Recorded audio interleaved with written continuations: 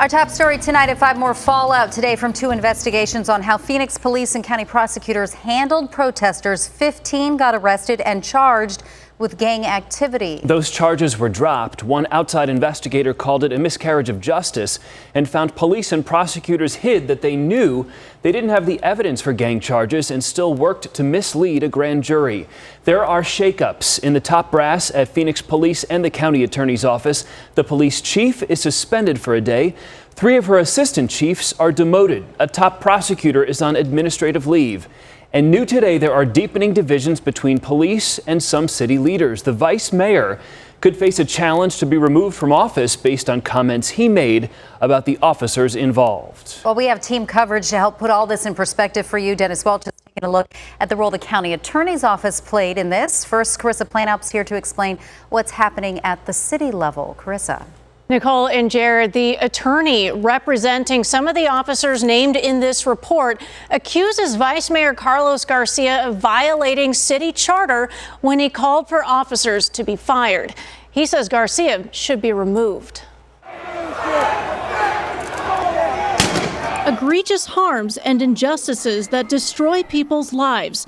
That's how Vice Mayor Carlos Garcia described what he read in the Independent Review, looking into Phoenix police actions related to a 2017 protest following a Trump rally and protester arrests last October. In his statement, Garcia called for reforms.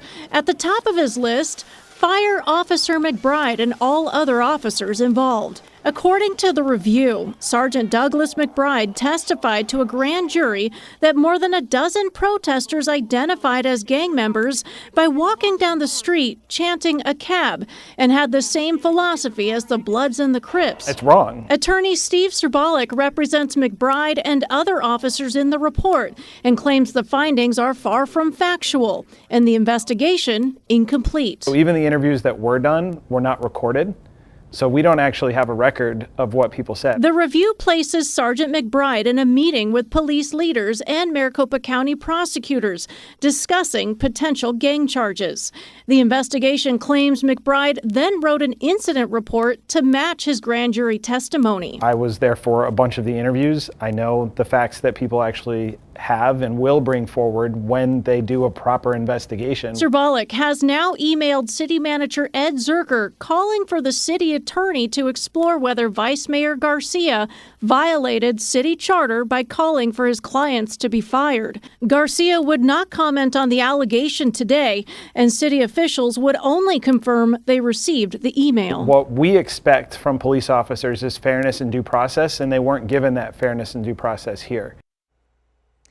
And Sergeant McBride has been placed on leave and added to the Brady list for officers with integrity issues.